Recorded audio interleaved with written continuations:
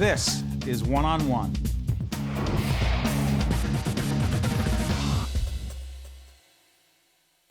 We are honored to be joined by Patricia Smith, who is the NJPAC Poet in Residence. What a great honor. Doesn't that sound great? How'd that get I'm really you? Excited. Well, I think I did a couple of things for the Dodge Festival, including The Geraldine R. Dodge Poetry Festival. That's right, including kind of a showcase piece that I did with some members of the New Jersey Symphony Orchestra. And I think that brought me to the attention of the NJPAC people. And also, I do a lot of local readings and everything. I do a lot of work in schools, which was one aspect of what they wanted from this position. So I think that's how it happened. Born and raised in? Chicago. All right, we won't get into that. We're in the fall of 2015, and baseball is going on right now. We won't talk about that. We won't. All right. How did New Jersey get you?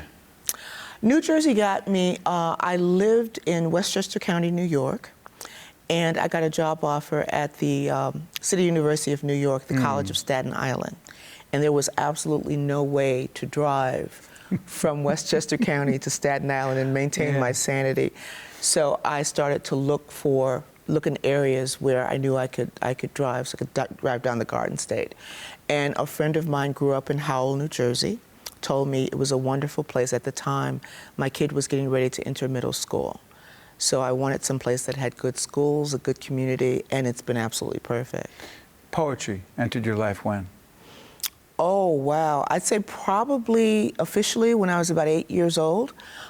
My parents came up to Chicago from the South during the Great Migration, and my father brought with him something I like to call the tradition of the back porch, where he'd sit every night and just go all over his day and turn people he knew into characters. And so I learned to look at the world in terms of the stories it could tell, as opposed to what I was or was not learning in school.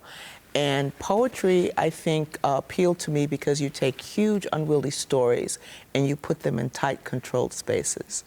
And I really, really appreciate that because I love language, and everything that language could do is evident in poetry. Teaching poetry to those who have no background in poetry, how difficult? Well, I think the first thing you have to do is you have to show them how much music surrounds them all the time. In the speech of someone that they hear every day, in their parents' speech, there are recurring rhythms, there are things that happen, and you teach them to hear and look, hear with the poet's ears and look with the poet's eyes. So once they see that, it's easier, they can receive stories easier. So you teach kids especially that their voices are legitimate, because a lot of things in school, they're boxed in very soon. You're good at this and you're not good at this. And a lot of things will squash those voices. And so you say, look, everything you say, everything you write, first of all, is legitimate. And then we'll add music to it. Greatest influences on you as a poet? My greatest influence, probably the first African-American woman to win a Pulitzer was Gwendolyn Brooks, and she's also a Chicagoan. So a lot of the places that she wrote about, both in poetry and in fiction, so she blurred the lines between those genres. A lot of those places were really familiar to me because it's where I grew up and it's also how I grew up. I grew up in the part of town everyone told you to stay away from. You're going to read for us. Well, you're going to, is it do poetry? Well, because I got started in poetry by getting up on stage and doing it, I have a lot of things committed to memory, so I thought I'd do one of those. What's this called? This is called Biting Back, and I wrote this because my son, when he was about 12 years old, you know how kids are always, especially little boys, their mom is their best friend up until a certain point, and then all of a sudden it's like The Exorcist, their head turns and they don't want to be anywhere near you. So I wrote a poem about that moment. Go for it. Okay. Children do not grow up as much as they grow away.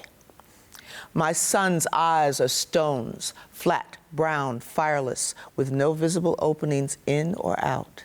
His voice, when he cares to try it on, hovers one note in that killing place where even the blues fidget.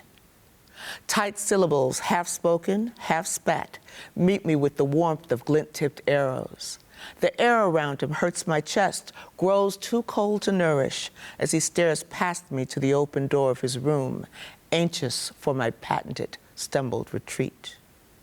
My fingers used to brush bits of the world from his kinked hair, but he has moved beyond that mother shine to whispers on the telephone, to the sweet mysteries of pearl buttons dotting the maps of young girls, to the warped, frustrating truths of algebra, to anything but me.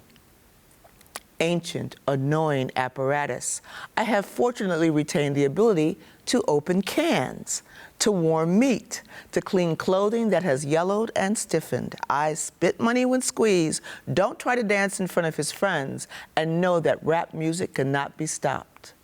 For these brief flashes of cool, I am tolerated. Patricia Smith, rightfully so, is the NJPAC Poet in residence. You honor us. Thank you. Appreciate being here.